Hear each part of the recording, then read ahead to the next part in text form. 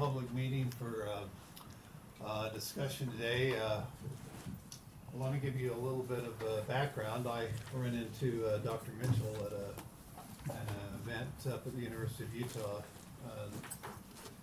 not too long ago, and he asked if we would be interested as a commission, and then the division and office and others in state government, as well as anybody in the public who might be interested in having a briefing on advanced transmission technologies from the Pew Charitable Trust. And so we have Jenny Netherton here today, who we're going to turn the time over to in just a second. And she'll do the introductions, and then we have presentations by a number of different folks. We're scheduled to we'll go until about 3 o'clock. It doesn't have to be a hard exact stop at 3. We're starting a couple of minutes late, but we'll try to keep that in mind in the general time frame for our presentations today. I know we have a number of them. We appreciate you delivering to us yesterday the slide deck, so we all had an opportunity to review that at the commission and our staff level. And what I'd like to do is we'll start with Max over there in the corner and let him introduce himself, and we'll go around, and then we'll come to the table and let everybody introduce themselves. Thank you, Mr. Chair. Max Backlund, I'm with Rocky Mountain Power. Doug Wheelwright with the Division of Public Utilities. Brenda Salter with the division. Eric Martinson, PSC. Melinda Craniel, PSC. Dave Clark with the Commission. John Harvey, Commission. Yvonne Hobo, PSC. Ted Black-Rubin with Smart Wires. Casey Baker with Grid Lab. Julia Selker with the Watt Coalition. Des Barker Associates. Jay Casper, Independent Consultant. Samantha Pensari, Stewardship Utah. Josh Brown, I thought there was a free lunch, but I'm representing Pew. Sarah Wright, Utah Clean Energy. Yaron Miller, Pew Charitable Trust. Lauren Barris with Utah Clean Energy. Stan Holmes, Utah Citizens Advocating Renewable Energy. Kathy Van Dame, Wasatch Clean Air Coalition. Regan Shaw, Rocky Mountain Power. Logan Mitchell with Utah Clean Energy. Jenny Netherton with Pew Charitable Trusts. Phil Russell, I'm counsel for the Utah Association of Energy Users. Jerry Fenn with the Utah Public Service Commission. Alex Ware with the Office of Consumer Services. Allison Anderson with the Office of Consumer Services. Cameron Nervous, the Office of Consumer Services. Bob Moore representing the Office of Consumer Services. Okay, thank you very much. Appreciate everybody giving that introduction, and I want to thank especially those who've traveled from out of town to come here. There's a number of you that I'm sure, because I haven't seen you at meetings all the time, I'm sure that you're here from out of state. That's very much appreciated. And I'll just say, I think this is very timely because as you're going to talk about in your presentations, the Utah legislature this last year passed, I think it was HB 212, which deals with advanced transmission, well, it's up there on the board, on the advanced transmission technology. So this is timely, it's important, and I feel like that we'll have a good dialogue after the presentation. So I think Jenny's planned on that we'll have some time for questions, but I would say if you have questions as we go along, I don't suspect any of the presenters would be thrown off too much if you have a question as we go along. So I'm going to turn the time over to Jenny for introductions and anything she'd like to say. Perfect. Should I plan to sit here, and should our presenters plan to stand up? Yes, you can do however you would like, however it's most comfortable. The presenters can sit at the table if they'd like, or stand. We have a video monitor. So all that's showing is the presentation. Okay, so yeah, so they can sit, because they're not gonna be on camera. They're not gonna be on camera, so if they wanna sit, whatever makes you comfortable, okay. Yeah, you do it however you feel good about. Perfect. Well, thank you so much for having us. I'm Jenny Netherton. I'm an officer with the Pew Charitable Trusts in the Energy Modernization Program. The Pew Charitable Trust operates as an independent, nonpartisan nonprofit dedicated to serving the public interest. Pew addresses the challenges of a changing world by illuminating issues, creating common ground, and using data to advance ambitious projects that lead to tangible progress. The Energy Modernization Project itself works with state and federal policymakers to modernize the grid to meet growing energy demand. Earlier this year, as you all know, the Utah legislature passed HB 212. This bill encourages the use of advanced transmission technologies, or ATTs, I assume everyone in this room is comfortable with acronyms, to help modernize the grid.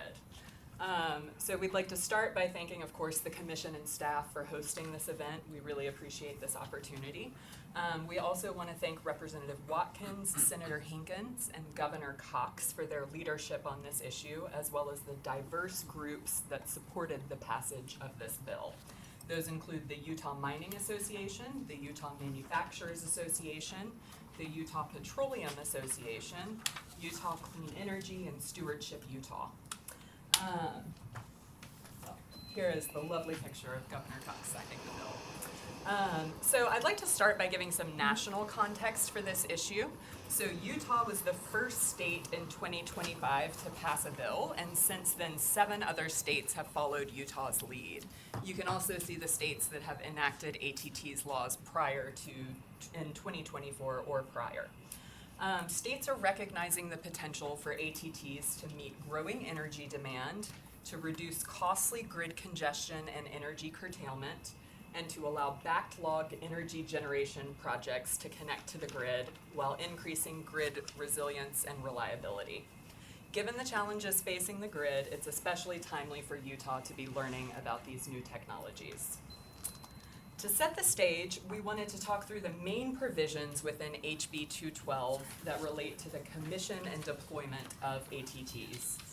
We'll cover the specific technologies in greater detail in a bit, but broadly speaking, these are both software and hardware technologies that will squeeze anywhere between 10 to 110% more capacity out of the existing grid.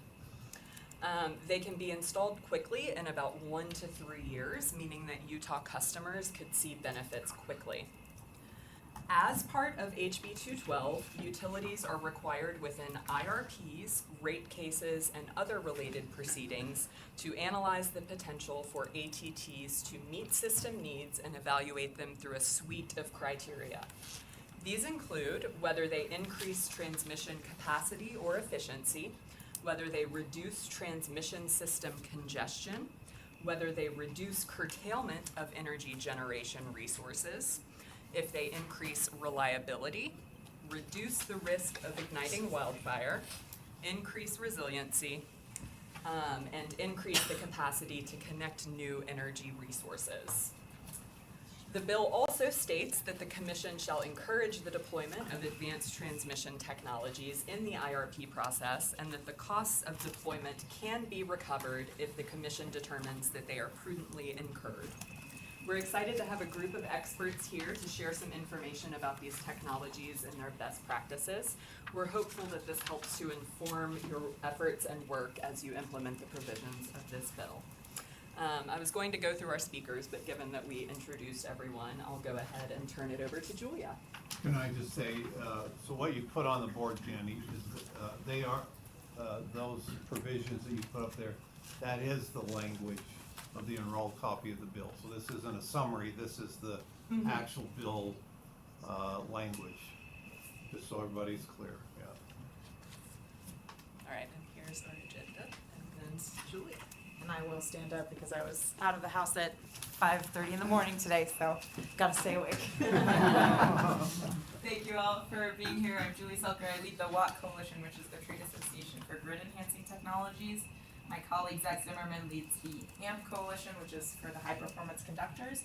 We both work at Grid Strategies, which is a transmission and power markets consulting firm that focuses on these issues. We also work on large-scale transmission, kind of seeing the vision that we want an optimized grid that serves the needs of the future. So, why are advanced transmission technologies so urgent? Besides what's already been touched on, this is how I like to think about the grid as a highway where there's a lane that's there, but we can't use it. And that's the experience of all of these members of the WATT Coalition who build and operate generation, and then also the large load that's looking to interconnect. There's more that our grid can do that we haven't tapped into. So the goal of all advanced transmission technologies is to get more capacity faster, and use the grid as reliably as possible, maybe more reliably than we're operating today, at least as reliably as we're operating today.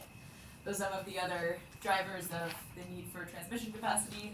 Load growth, as I mentioned, these lines are going up. We don't know exactly the trajectory, these are forecasts, but load in the West is growing significantly in the next 5 and 10 years. Interconnection requests keep growing as well. There's a desire to build more generation to serve that load. And then grid congestion, which in the West isn't necessarily measured as a cost, but when there's not enough transmission capacity to deliver the lowest cost resources, fuel prices go up, energy costs go up, and so in the West that would look like curtailment and the need to run more expensive generators when potentially there was cheaper power available. So everything we talk about today, the Federal Energy Regulatory Commission has spent many years exploring already.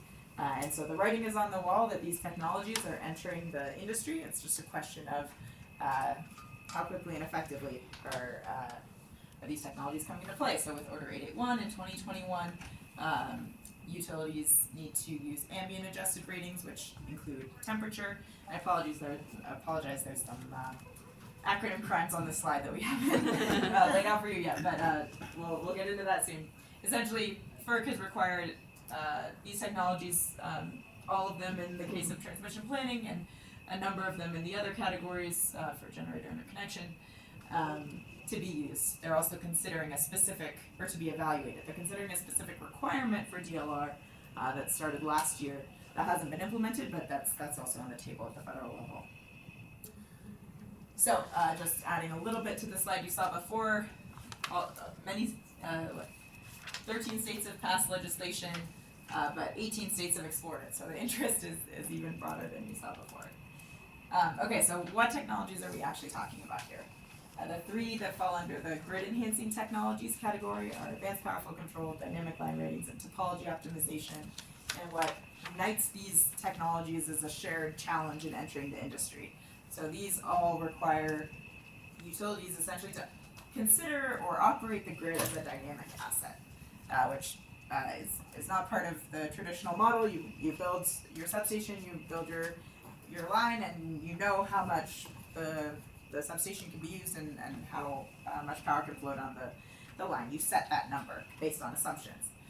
With dynamic line ratings, for instance, instead you start measuring that capacity. So with DLR can be either hardware, software, it definitely has software and often includes a hardware element where you install a sensor either on the line, clamped to the line, on a tower looking up at the line with LiDAR, or another approach is to use the optical ground wire, which has a fiber optic cable in it, and that fiber optic cable can actually be used to sense wind speed and some electrical signals from the lines as well. So the goal with dynamic line rating is to measure the ambient cooling or heating of the transmission line and then know how much capacity it can carry. So I always get these numbers not quite right, but I think it is a 2 foot per second breeze can generally give you about 20% more capacity on the line. So that's a walking speed that bumps your carrying capacity up significantly. And if your utility, assuming that you have that 2 foot per second breeze, I'm sorry, really day.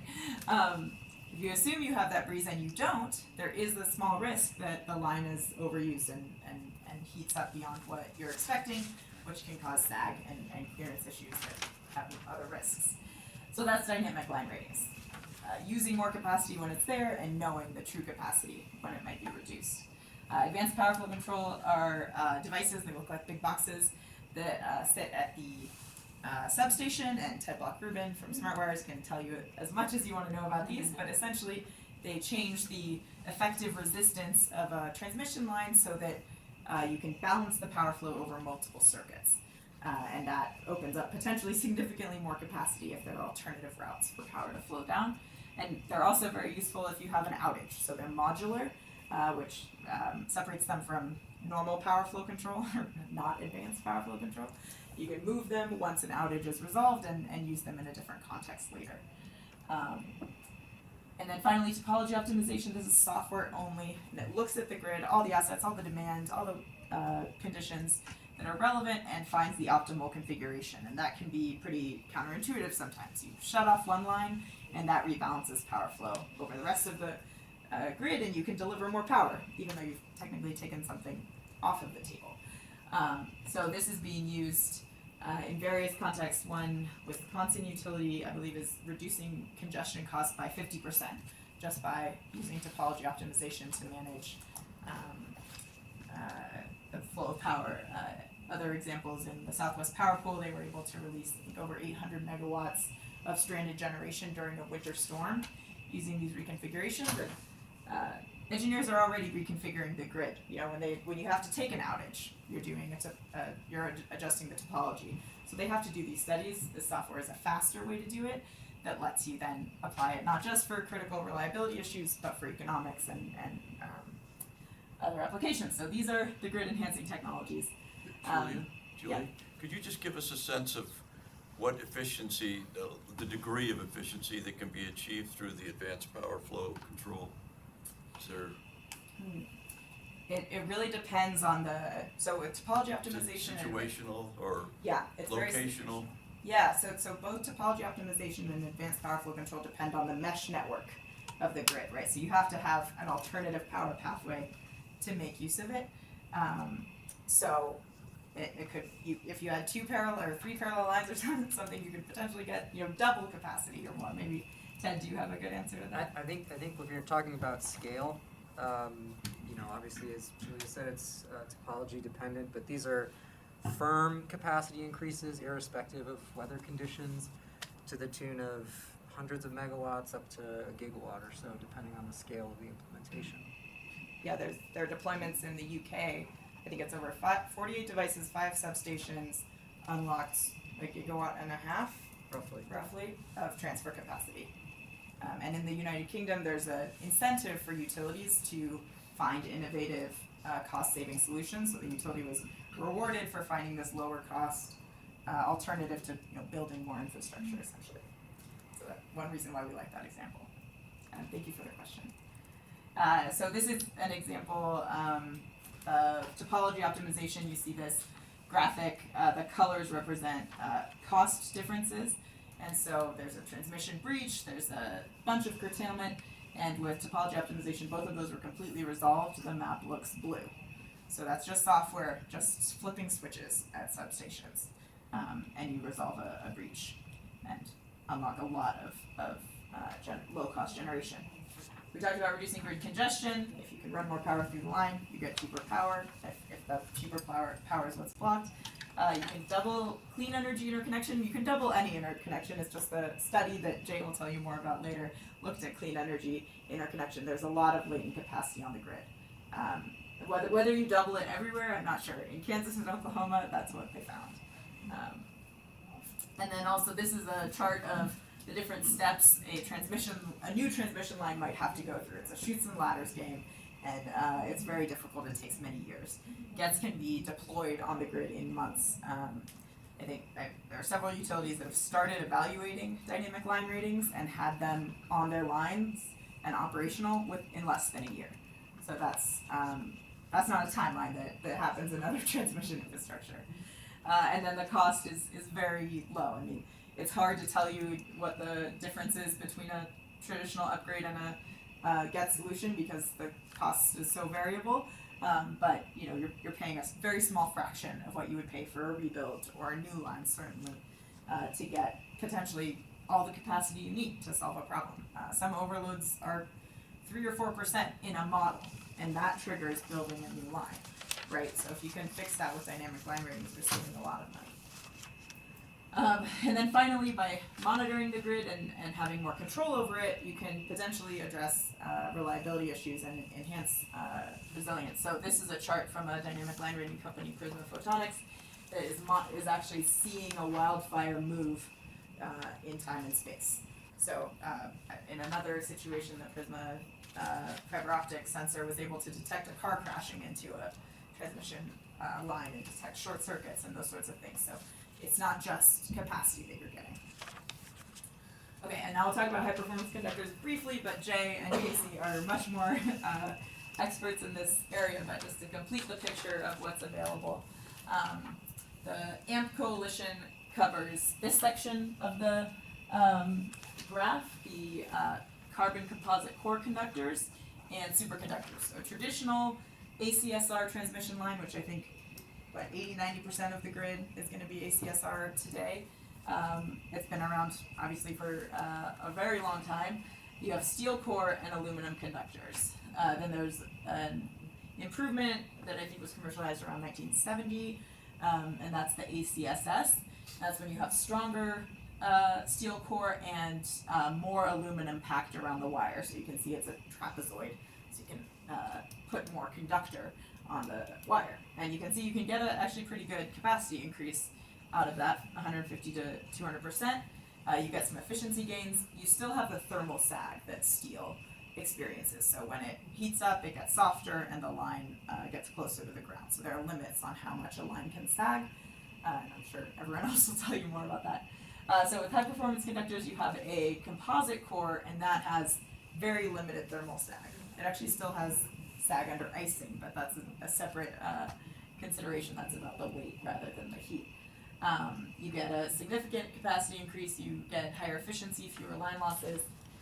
So these are really the categories we recommend considering when it comes to conductors. There's a lot of different ways to slice this cake, but these are some of the most kind of comparable values to think about when you're looking at benefits of conductors. And then finally, superconductors have not been installed very much in the world, but they have been installed in some places. So these are materials with essentially zero resistance. So you get really low line losses, you get a huge amount of capacity at very low voltage compared to these other technologies. It's just a very different technology. There's no thermal sag because in the case of Veer, at least, and I'm not sure about other companies, the line is actively cooled by liquid nitrogen, so there's no sag. So it's a very interesting technology with specific applications that I think are also growing, but I will advance here. We've talked about increased capacity as a benefit, greater efficiency, lower line losses, additional resilience. The composite core conductors are stronger and don't sag as much, so in a hot, windy day, your conductor is at less of a risk of, say, like swinging into trees or something. And then with reduced land impacts is a big deal as well. So you can potentially reuse the existing towers, or you don't have to build as tall a towers if you're using the conductors that don't sag. And then in some cases you don't need as many towers, and you'll have a smaller right-of-way as well. So that's a big benefit of high-performance conductors. What effect do they have on the wildfire issue? Are they less likely to cause wildfires, or the same, or more likely? I might leave this to my colleagues, but I'll say, I guess, a little bit that they're stronger and they don't have that thermal sag.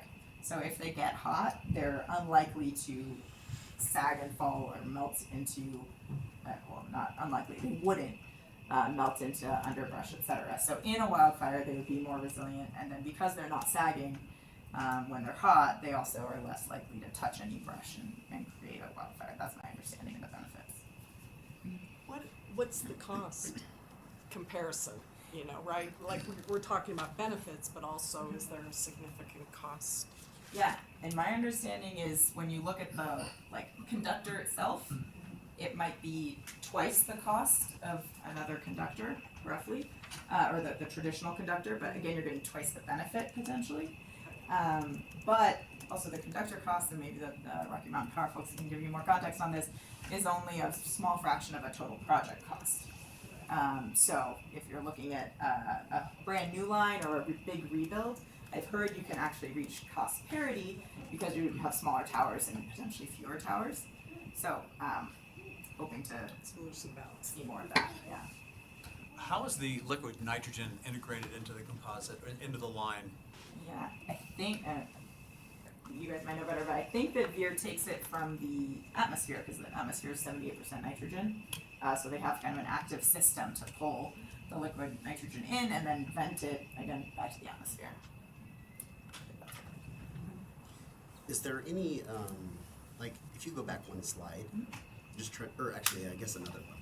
trying to just understand if the HPCs have like a rubber coating on the outside. Is this something that, like, if a tree branch was to fall on it, that it's more protective, or what are we looking at here? There are different conductor coatings. I haven't heard of an electrical barrier like that. So generally not part of like the benefits that we work on. Okay. Just while you're on that slide, the magnitude of difference between the cost for a carbon composite core versus a superconductor, the Yeah.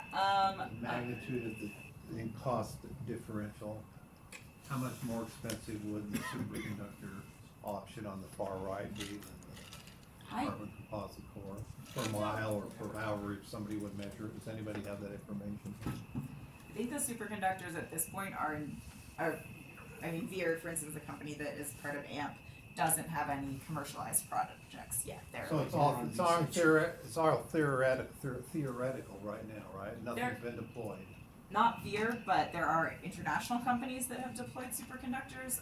I don't know that there is a clear cost comparison because there's such different solutions to traditional, and I don't want to get into this too much, but I can follow up with you about that information. Just was curious. Okay, so then take it to one step down, the difference between the ACSS conductor versus the carbon composite core, second and third diagram there. Jay or Casey, do you have?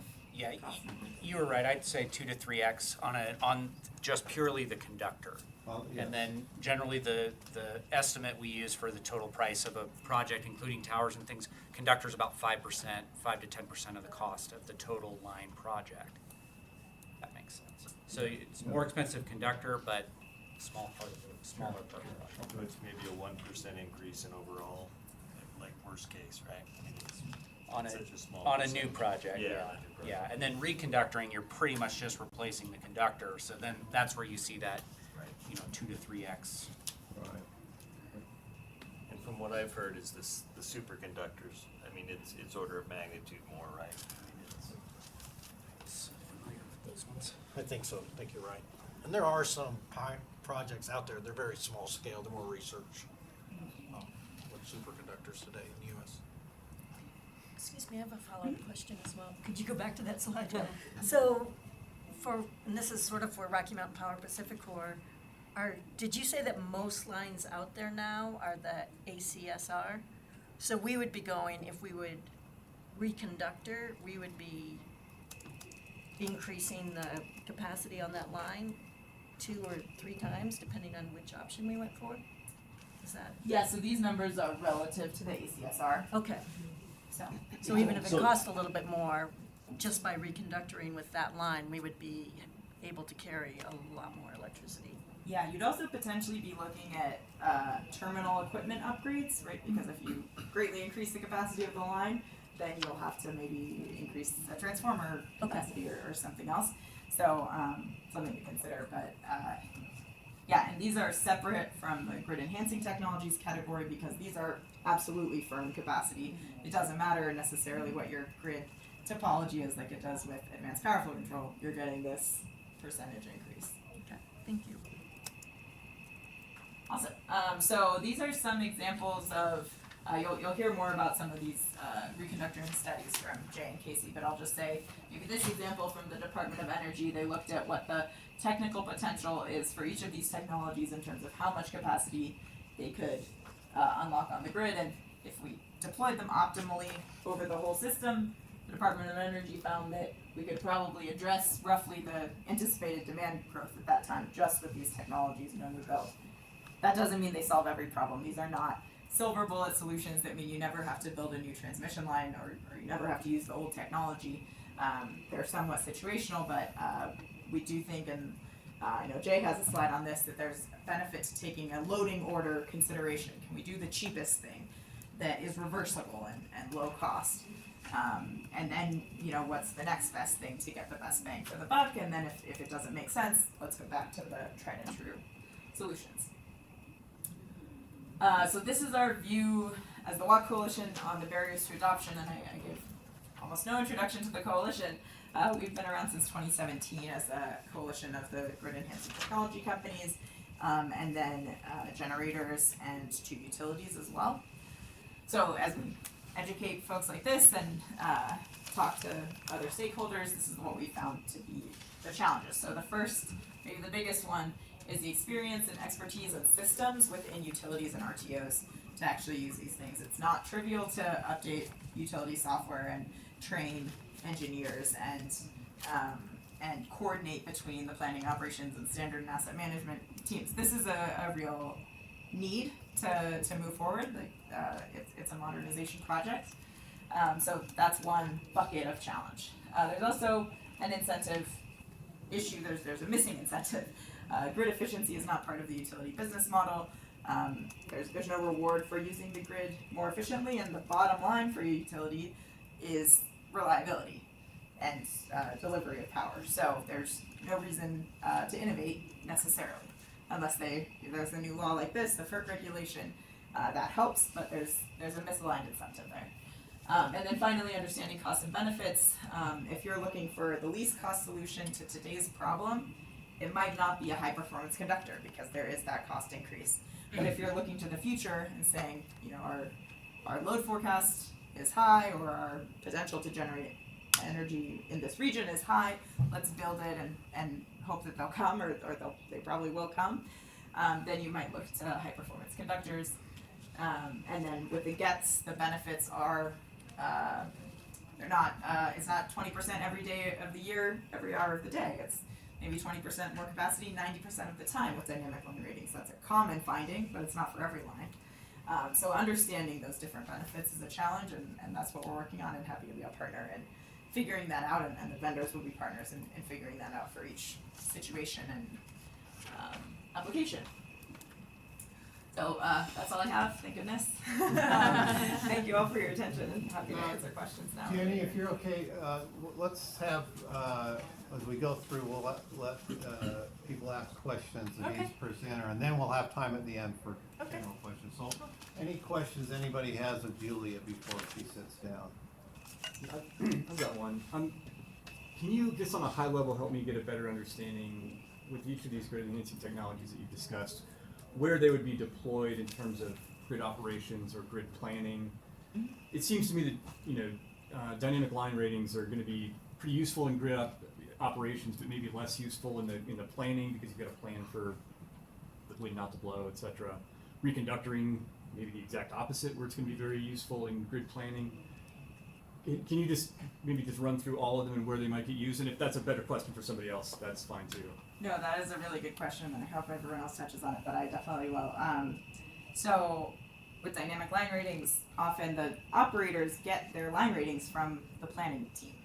So you either have to have the planning team release that responsibility and give it to someone else, or they have to be responsible for saying, oh, we're putting DLR on this line, and now your line ratings are going to be flexible. So it's that institutional gears grinding of whose responsibility is this, and who benefits, and who takes over this question. So for DLR, for most of these technologies, we think the easiest first application is in operations planning. That's when you're looking like a couple months or a couple years out and saying, we're going to take this outage, what's it going to do to the system? Because you don't have time in that case to build a new line, for instance. You might have time to reconductor. You definitely have time to put in a grid enhancing technology. And even in that case, if you were expecting to, fully curtail a low-cost generator, a solar farm, or a battery, you wouldn't have access to that battery that otherwise is supporting good reliability, right? If you can unlock capacity on a parallel path and solve even half the problem for the 3 years or 2 years that the construction is happening, then that could have tens of millions, maybe even hundreds of millions of dollars of benefit for a really low cost. So operations planning is, I think, where I would start thinking about it, but definitely advanced power flow control, also in long-term planning. DLR, probably less in long-term planning, and in interconnection, I think they all have a role to play.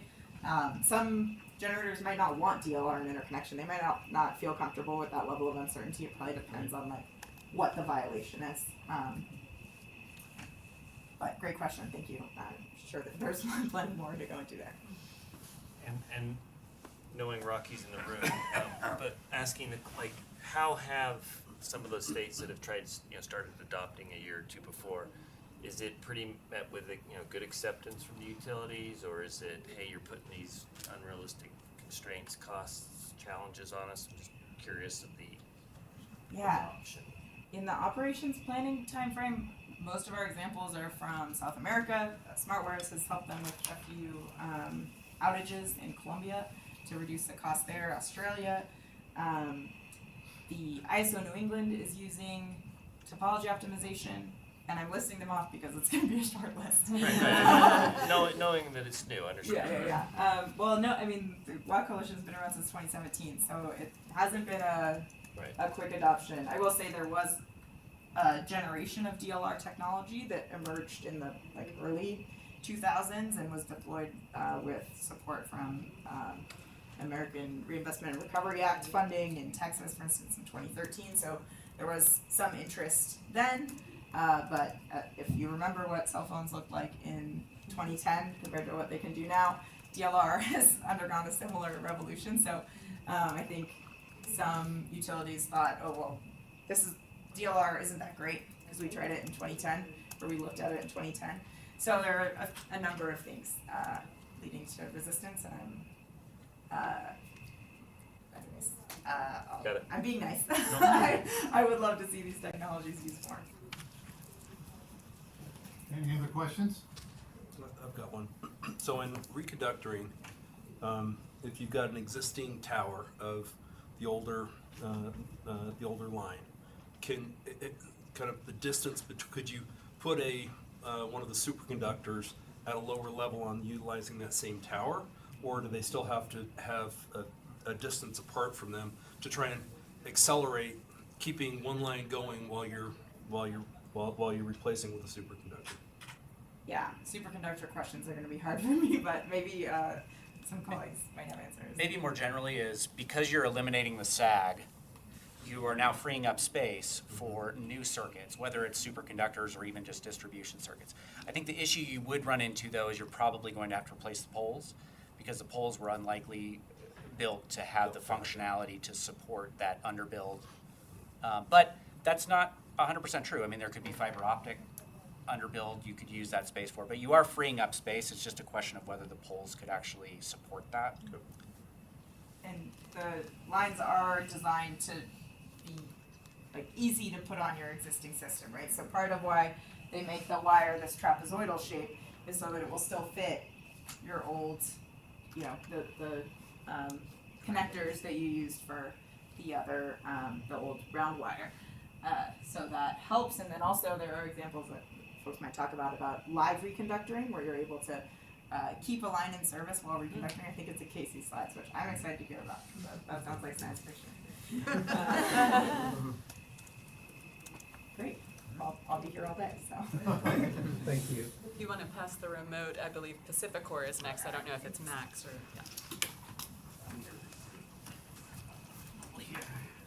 Quickly. Thank you. Thanks for this opportunity.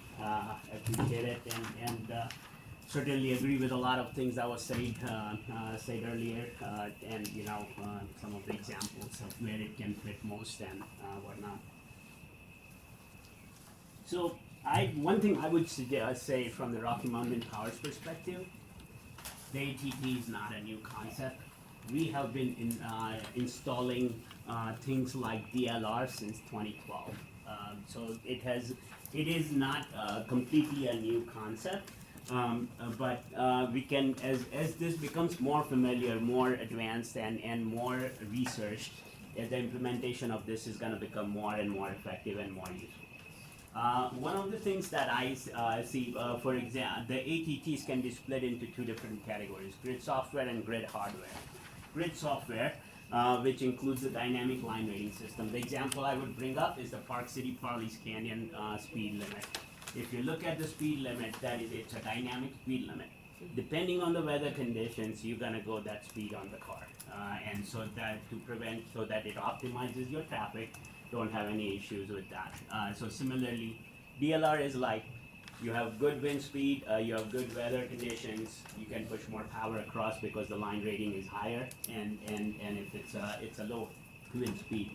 The 2 feet per second that was mentioned is basically an IEEE standard mandated kind of speed limit that you can consider for your static line ratings. And that's based on the, as it was said, it's kind of a walking speed, and it creates that evaporation. That's the wind speed that is the 2 feet per second.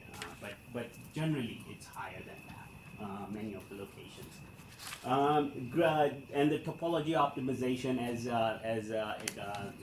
mentioned, it changes the system. The only thing is that the grid operators needs to be comfortable in what the next state of that system is going to be, so that he knows that the system will perform better and all that. So that is something that we need to be mindful of. Grid hardware includes like advanced conductors, already discussed a lot, and cables. So a couple of things about advanced conductors and cables. Similarly, this technology, Rocky Mountain Power has been investing in it since early 2000s. I joined Rocky Mountain Power in 2013. That's when one of the projects I know about was going on with ASCC or ACSS, sorry, and so that is something that has been being implemented. When we are looking for a most cost-effective solution where getting the right-of-way is very difficult, and also getting the right-of-way is difficult, or building a new line. We are already building a new line, but this is a temporary solution so that we don't see this overloads or thermal issues, reliability concerns, and we can resolve that in near term. We do that. And by not changing the tower, what you're doing is you are limiting the size of the conductor that can be put on that. So for a specific conductor, there is a specific size of an advanced conductor available that will increase your capacity by a certain percentage. That will also alleviate your reliability constraint that you were facing before. The advanced power flow controllers, the example I would bring from the local neighborhood is our 5600 South East to West road. That has on the 5600 South there is a dynamic signal basically which converts in the morning, because the traffic is eastbound a lot. There are 3 lanes coming eastbound, 1 line going westbound. Versus in the evening time there is 3 lanes going westbound, 1 lane coming eastbound. So power flow controllers are essentially changing your electrical characteristics and of a line to say, I got a crash on I-15, I need to divert traffic to Redwood and State Street, kind of example. So those are very situational, and depends on the system around it, how much it can, how much others can be pushed, or in other areas it can be pushed. And then flexible AC transmission system, which basically are a lot of devices such as series capacitors. Again, this devices changes the electrical characteristics of the transmission system. Now the STATCOM, for example, there is series capacitors, synchronous wire compensators, we call it SVCs, or STATCOMs. All of this are helping in getting the transmission system more efficient, pushing more power across, because they change the electrical characteristics of the system. So I wanted to bring up some of the examples that have been being installed in the Pacificorp system. The first one, the DLR. We have two DLR systems that were installed in 2012. Actually, there were 3.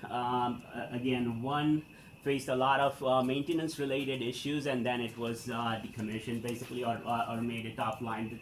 So that is one of the concerns that has been brought up when it's being used in grid operations. Something that the operators can trust and lean on to give accurate outputs all the time. And so if it doesn't do that, then it may the operator may lose the focus of that. So also DLRs are I would say it's dependent on the system where it can be placed. Like, for example, and I think for some of the slides further will show that in an area, the wind, they were able to incorporate a lot more wind into an area because they use 56 DLR installations, and that is that is precisely the reason, like, you know, it's locational, like the situational where you can install those DLRs.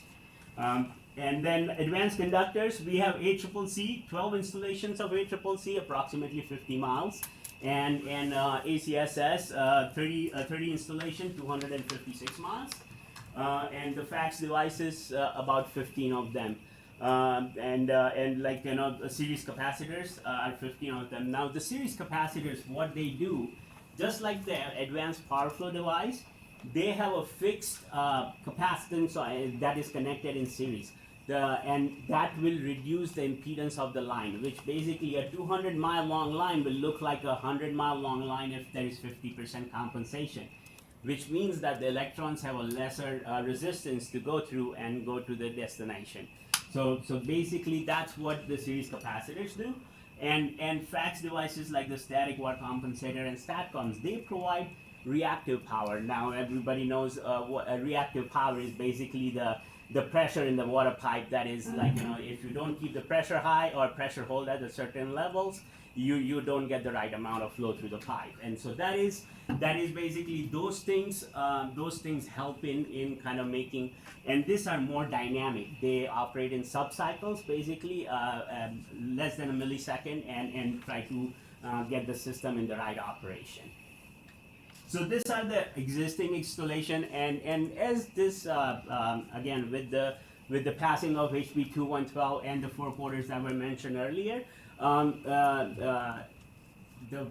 the insight into that is more, and we are also implementing more and more installations of that. Some of the examples I would give is recently we have plans for 5 miles of 138 kV line in southern Utah. To reconductor it with 538 CCC Laredo conductor, 49 miles of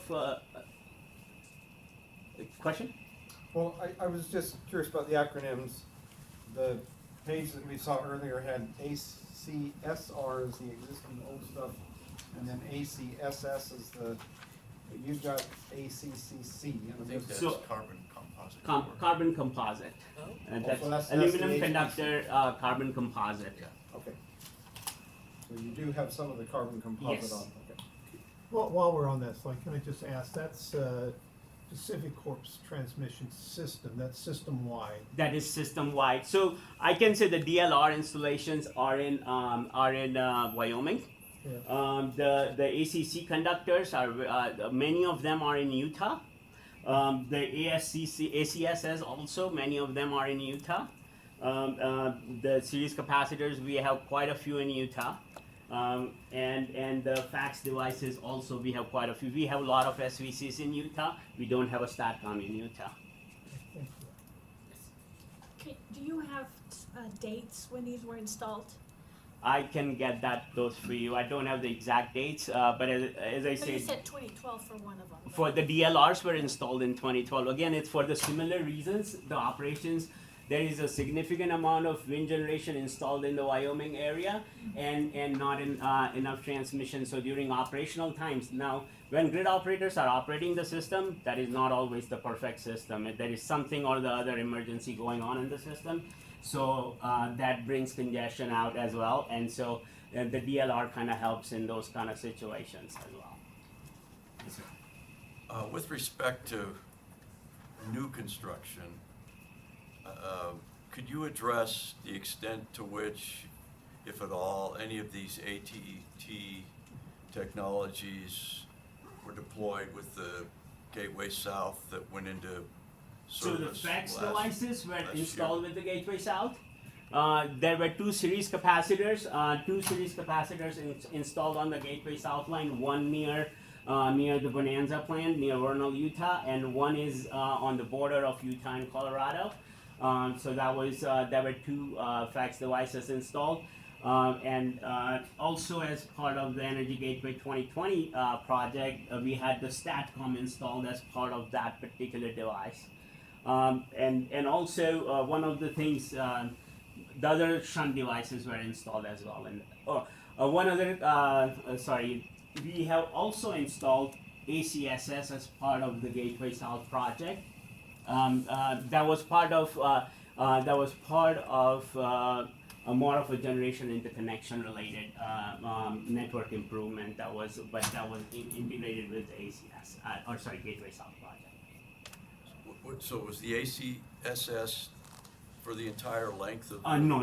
Just for a certain. So for certain other elements that were. So when we run system analysis in identifying the Gateway South line and how that is helping, we also run other system outages. And when other system outages cause issues, we try to find solutions for those issues as well. And in those, we had, again, I'll give you the purpose of why that ACSS was installed is, again, it's not for a normal operation. These conductors are, the reason why they increase the capacity is because they can operate at a higher temperature.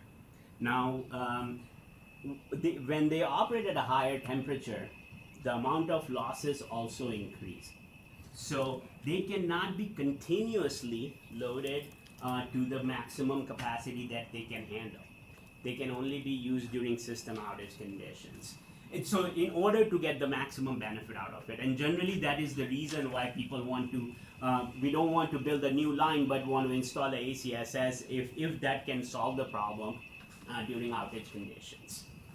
So that is one of the things that is like, you know, we installed about, I believe it's 3.5 miles on, and about 16 miles of ACSS conductors as part of that. Thank you. So again, majority of this conductor installations is happening in Utah. Most of it, like 49 miles of 345 kV line. Again, the reason why we are installing that is because, as you very well know, while going through I-15, there are common tower structures. There are 4 circuits that go 345 kV goes north and south, and any 2 of them can go out at the same time. So when those 2 go out at the same time, the other 2 may cause, and there might be issues on the other line. And because these lines were built at different times, the conductors may be different. Their electrical characteristics may be slightly different. So that created a great opportunity for us to install this ACS or ACCC conductor, where we cannot change the towers. As you guys very well know, it's a congested area, can't change the tower, but in order to resolve the reliability concern, we installed the ACCC conductor and increase the capacity on that. Again, the other one is we conducted approximately 60 miles of 345 kV line with a bundled 1026 conductor. Now, the thing that brings me to that is that when I say bundled, now whenever you are using the advanced conductor, the price on that, as everybody mentioned, it's either doubled or, but at the same time, the cost of its fittings, when there are 2 conductors in the same phase, you have to connect them. The cost of the fittings and different things also increase with that. So it may be very minor cost to that. It's not much incremental, but that also, as compared to an ACSR conductor, the cost of that might be slightly cheaper for those fittings that go into the conductor. Is that last project an ACCC project? It doesn't say, but. The 1026. Yes. That's a ACCC. Yes. Yeah. Thanks. Sorry. Yeah. Didn't type that up right. So lastly, I would like to go through kind of some of the benefits and challenges that I would say is, one is it provides some of these ATTs provide really good operational flexibility. Again, if the traffic controller can look at what the traffic congestion is through the cameras and the signals, he can turn the signal one way or the other, change the lane, and try to get that traffic optimized. Provides it's again when the greatest benefit, as it was talked about, is increases transmission capacity without even changing the towers. Now that has a finite benefit, right? So even though it might be double, but that double is gonna end someday as the load grows, as the system grows, it's gonna end that. So, and that can all depend on what the economy is doing and how the load in that area is growing and things like that. So that solution, even though implemented and it was good solution for the next 10 years, as the system grows, it may end up, it was good for only 8 years, and then a new solution might be needed in that particular area. And then, again, no doubt about building a new line takes lots of time. So this is a great solution for the as a temporary solution that can get us 5, 10, 15 years, depending on the models and how the system changes. It helps balancing the system with operational flexibility. Again, with the advanced power flow devices that says it is a great tool for operators to use and maximize the system benefits that they can, and during outages and things like that. Avoids congestion of lower magnitudes, the same thing. So some of the challenges I would say is the implementation and effectiveness depends on the system location, as I was talking about. Now, if I was to install a DLR in southern Utah, on a line on southern Utah, I may not see as much benefit as compared to when I install that in Wyoming, where there is a significant amount of wind blowing. So it's all situational, and we have to be very mindful of where we install it and what we do. And of course, studies should have been run and things like that to analyze that. Now, the other thing is all this grid software kind of devices very much dependent on communication and communication, as well as the equipment that is installed on the lines and things like that. So the failure rates and things that needs to taken into account while installing those things. It also comes with an operational and maintenance cost. Now again, all these new orders, the 4-quarter 881 and others, are requiring utilities to maintain and manage those data that they get from the ambient adjusted ratings for a certain period of time. Now that and the grid software solutions, everyone has their own solution or own GUI interface that says this is how you're going to calculate the rates and things like that. So I wish there is some form of commonality between the DLR vendors and so that the interface that is implemented into the grid operator screen is kind of common looking, rather than that way it will be simpler for them to operate the system and not learning three new things for the same function. And then the other thing is modeling consideration. I 100% agree that things like DLR, advanced power flow, can very much be in the operations planning realm, and versus the advanced conductors, and then mainly the advanced conductors, the fax devices, they can be in long-term planning because they have a very known impact, and that can be modeled in our studies. For DLR, I don't know what the wind speed is going to be 10 years from now, unless there is some rules and regulation that states that that shows that if you can demonstrate, if the utility can demonstrate for the last 5 years, the wind in this area has been this, so I can use that for my wind speed, then I can model that in my system. But otherwise, it is very difficult for me to model that DLR into the system. And then the other thing is the advanced conductor part is, as I was saying, it is good for outage conditions, so that when you are trying to resolve a reliability concern for an outage condition, then you can use an advanced conductor as a solution, which is low cost than a new line, and which is less time to implement, very easy to implement without any concerns.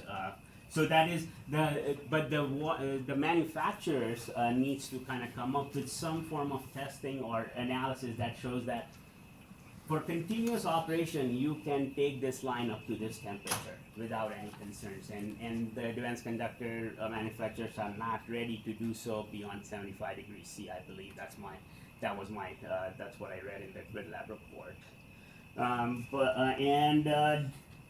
And one of the things is that much of our infrastructure is 80 or 90 years old. So when you say it's copper conductors, and those are becoming limiting elements. Now, when you say I'm going to put an advanced conductor on this and so that I don't have to worry about it, the towers, that is not the case. We are finding many of them are almost close to 50% changes in the towers and things like that. So far, the examples that we have run across is we have to see close to 20 to 50% tower change in those studies. Yeah. And what's leading to that? Because it's the deterioration of the tower for the last 80 years, and the tower, the regulations 80 years ago were not that stringent as compared to what they are today. So the height, structure height, and all that may not have been exactly the perfect what it is today. I just have a follow-up question to that. Are they towers that would need to be replaced regardless if you reconductored, or? There would be, it depends on a case-by-case basis. So for example, when I gave the example of the 345 kV line, there we have very minimal amount of tower replacement because they were built, I wouldn't say recently, but in the last 10 or 20 years ago, and those were much better standard, like, you know, from the standards perspective as compared to one that was built 80 years ago. So that is mainly the conclusion of my my presentation, and but free to take any questions. Yeah, you've talked about deploying the DLR in wind-rich areas, and I think I understand why. Is there any use case for deploying those in areas that are particularly impacted during, you know, power safety, public safety power shutoffs, that you could use DLRs for that? So one of the example that was pointed out before that was showing that, you know, how the fire is moving and things like that. Yes, that can be a potential, but I just I'm not sure of any implementation that, you know, how useful or how much time of that is useful is something to be determined. Okay, thanks. When you said that wind speed is needed in order to model ATTs into the system, are you just talking about DLRs? Just the DLRs. Okay. Correct. So the again, the 4-quarter 881 ambient adjusted rating that is there, it only takes into consideration temperatures. Now when that was, and at least from my perspective, when that is developed, what that is doing is when there are short distances between lines, such as the East Coast, where the lines are so closely connected, you can get a temperature from one substation, you can get a temperature from the other substation, what that is, and calculate the ambient adjusted rating for that particular line. That does not consider the wind speed into, they only consider a standard wind speed, or they have some kind of reference for wind speed that they would consider.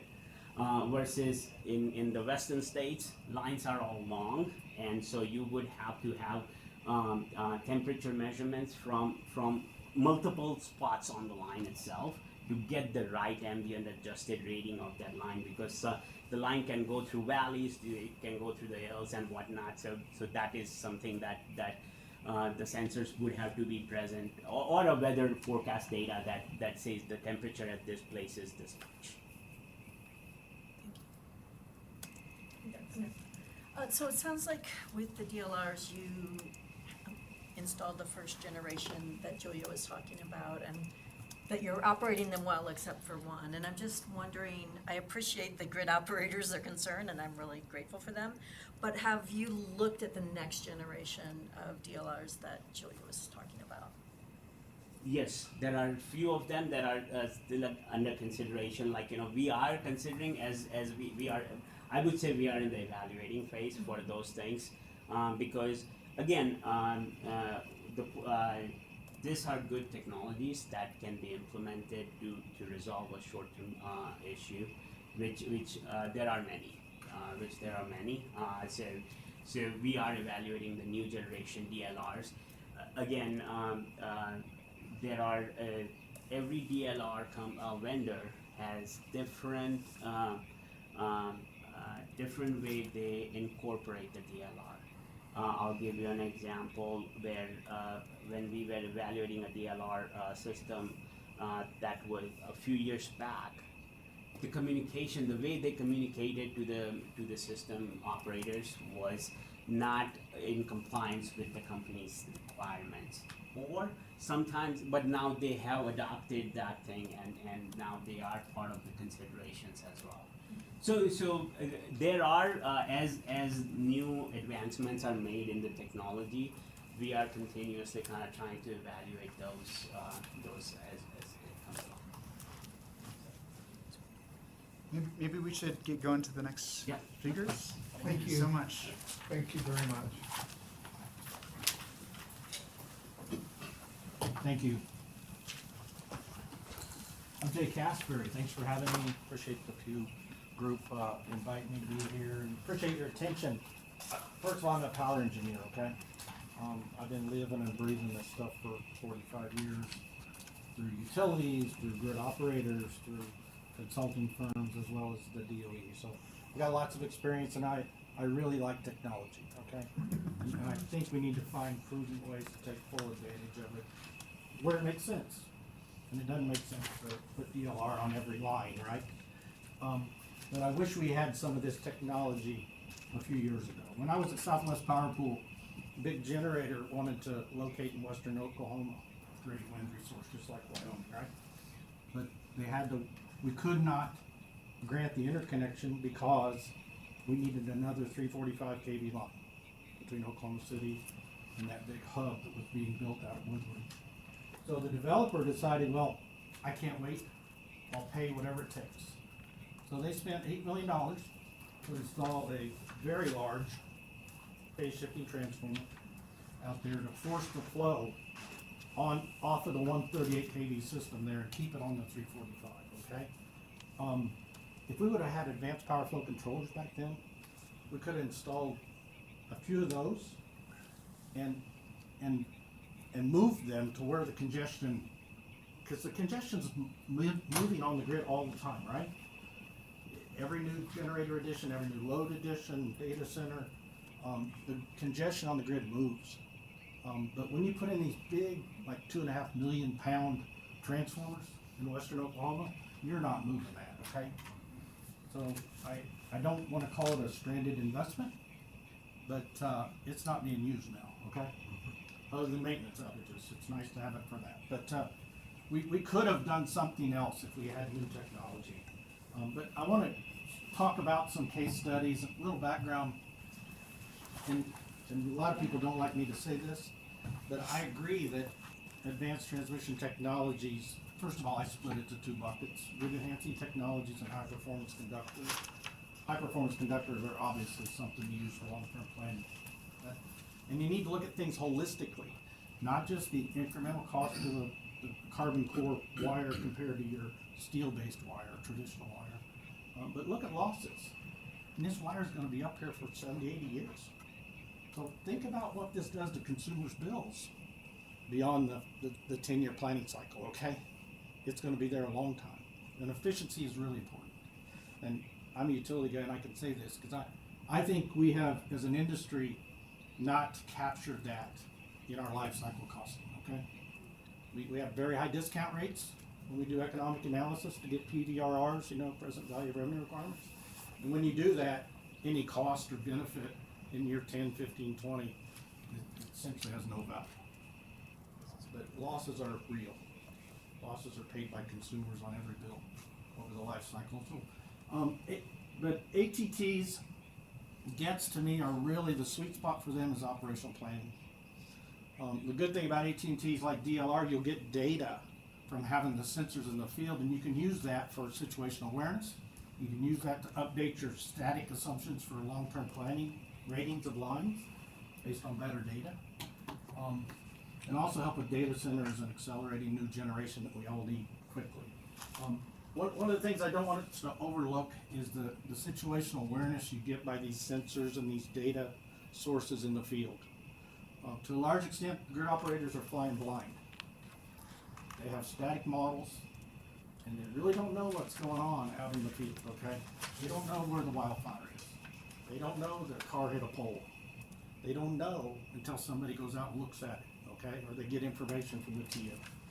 So I think we need to think about using DLRs just to understand what's going on in the system. Really know where the wildfires are. and know where the hunter's out there shooting the insulators. Because DLR equipment will pick that up, okay? And it'll help you avoid some long-term maintenance outage down the road, okay? And the other thing, advanced transmission technology, especially GETs, can improve the long-term benefit to cost ratio of portfolio. So if you're doing a planning study and looking out 10, 20 years, think about incorporating some GETs in there as part of the solutions. And you will increase the benefit to cost ratio of that to, instead of 2 to 1, now it's 3.5 to 1, okay? There's huge benefits, incremental benefits, that we typically don't even look at as we do long-term plans. I'm gonna go through some studies real quick. This is a study I was involved with in 2021. And what we were trying to do in this study was to look at, if we modeled GETs, how many more resources could we get on the system and still maintain reliable service? Still meet the reliability standards? Because typically when you do studies like that, you look at building new transmission lines, and those take a lot of time and money. We wanted to see if we could unlock 9,000 megawatts of generation that was stuck in the queue that couldn't get online. So we did a lot of analysis in 2025 models, worked a lot with the grid operators, worked a lot with the vendors to make sure that this study was valid. We got links to all this, but I want to highlight one thing. So there was about 9,000 megawatts of resources in Kansas and Oklahoma that were stuck in the queue. And what we did, we looked at DLR, we looked at advanced power flow controllers, we looked at topology optimization in that sequence to see how many more of these resources could we add to the system. And we did a lot of iterations, so this was like a painful engineering analysis, okay? And there's tools that help you do that better now, and I'll end with that. But so we looked at, in the base case, we can only add these resources. We could basically double the amount of wind and solar resources that could get on the wires in the near term. At the time, that was a real need by the developers, right? Things have shifted a little bit, but the key thing about this study is we looked at deploying roughly 50 DLR applications on lines, most of them at the 138 kV level. This is generally the problem circuits. Those were built in the 50s, you know, and they were not meant for regional transfers, not meant for big, you know, resources getting on the 345 kV system. And oh yeah, you got to study if that line goes out and then the flow goes on to 138, which is grossly underutilized to a large extent. We looked at, you know, having 8 advanced power flow controllers. We had topology reconfiguration at several substations and lines. And all this cost about $90 million.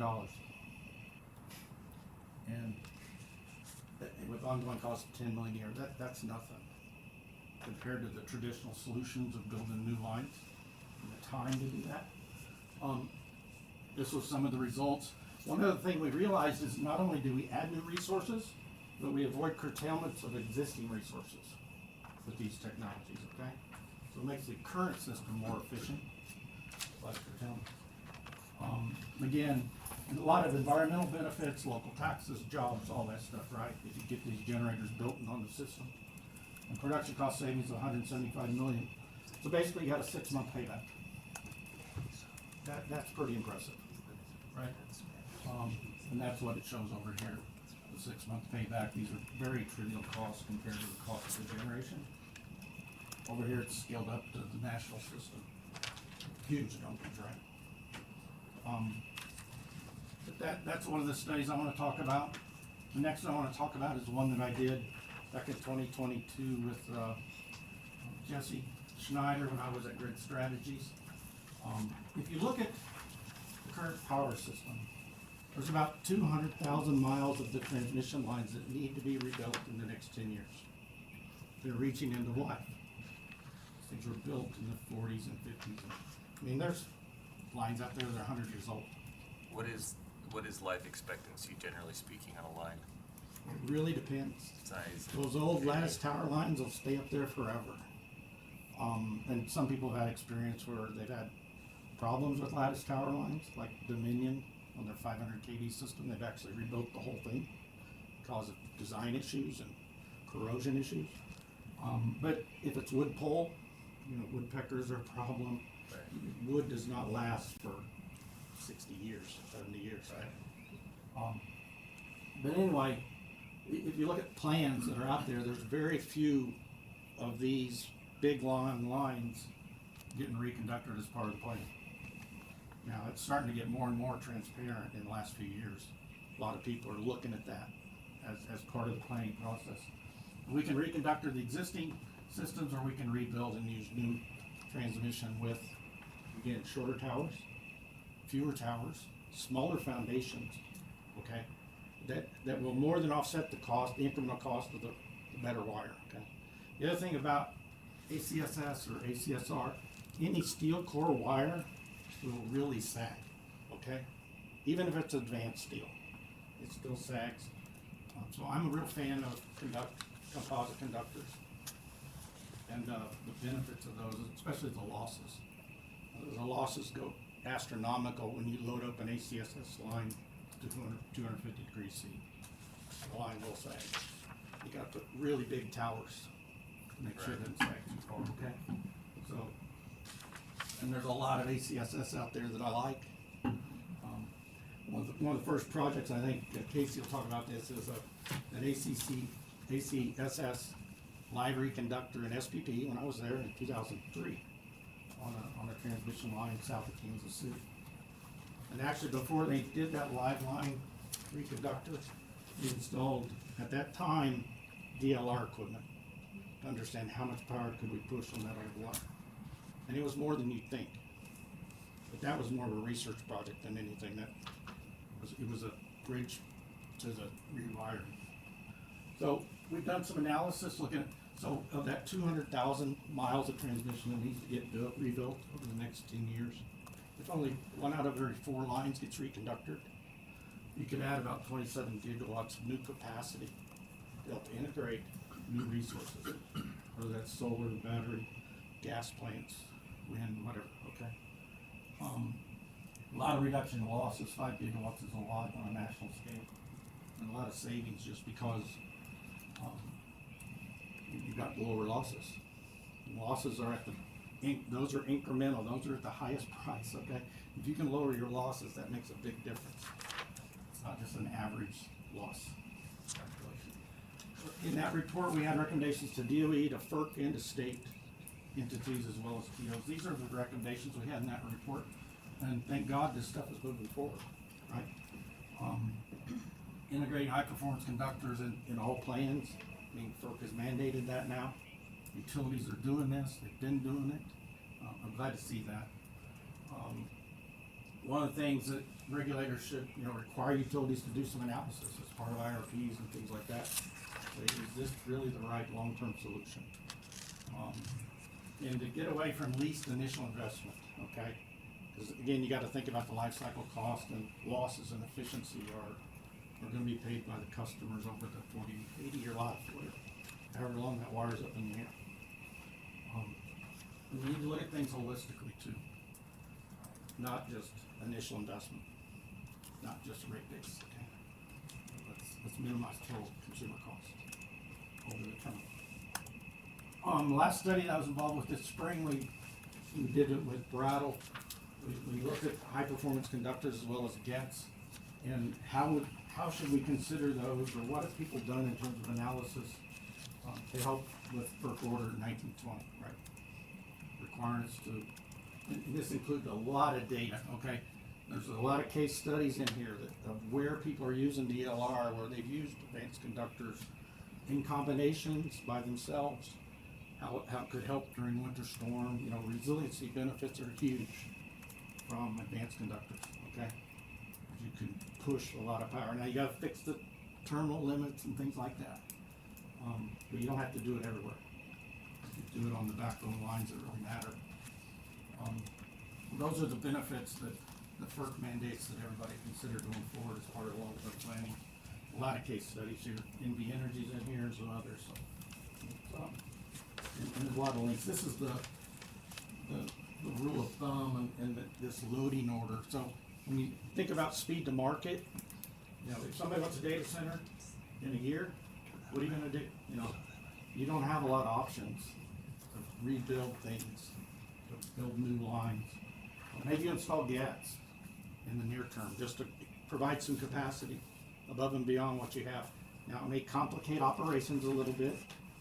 Let's be real about this. These aren't silver bullets, okay? But we can deal with them. People are dealing with them. And you can see that HPC is one of the low cost, especially reconductors, right? I could get 2x capacity on the existing towers. Then I gotta deal with terminal upgrades, replacing switches and breakers and things. But that's trivial compared to getting a new line built, right? Conventional, and then you get to new construction. The time and the cost grow exponentially. Nice graphic.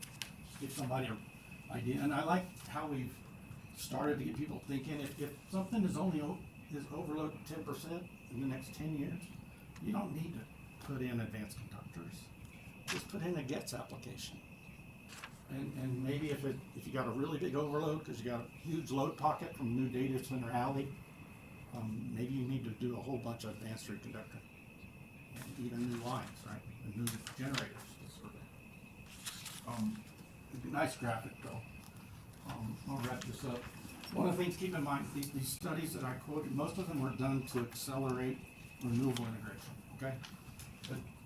The conclusions about the merits of GETS apply to thermal resources too, okay? Probably even more so. One exception is down here on DLR. When you're thinking about wind resources, especially local wind resources like you have in Wyoming on your system, like we had in the plains of Oklahoma and Kansas, Nebraska. When the wind's blowing, turn the turbine, it's cooling the wire. So that makes sense. It may not be true here in the high basin and things like that. But certain parts of the system it probably is true. The other thing is we looked at all these studies to look at generation interconnections basically. The same tools, the same analysis, the same solutions can be applied to new load additions, okay? It would apply. Real quick, ATPs are proven around the world. And they're always improving, but I don't want to get caught up in doing research projects and pilots, okay? We need to deploy this stuff at scale where it makes sense. Barriers to me are largely institutional. There are some valid concerns about compliance and technologies not proven. Now, things like EPRI are testing advanced conductors, okay? I'm doing some really good work in that space. I believe folks at Pacific Corp were at the last GetSet session in Charlotte. So there is data coming available. There's lots of documentation out there for people to learn from others, okay? Collaboration is really important. There's forums, there's working groups where you can learn in confidence, what did people really experience when they put in this equipment? And you're not gonna take that out and share it with anybody else. You're gonna share it with your peers. That's really important. I don't want us to wait for the perfect ATT or GETS. Let's deploy the ones that make sense now. There's always gonna be improvements, right? In the latest composite core conductor, they're adding fiber optics into the carbon, which can actually be used for DLR. And to test to make sure your connections were done right. And it was handled right in the field when they installed it. They don't bend it too much. That can be a problem with composite core. And planning needs to evolve. We gotta figure out how to get these things into our plan.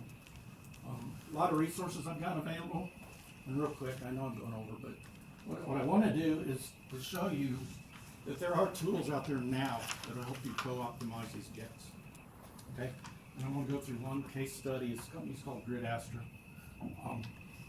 And what they're doing is analysis just like you would do as a planner or a generation interconnection study, that kind of stuff.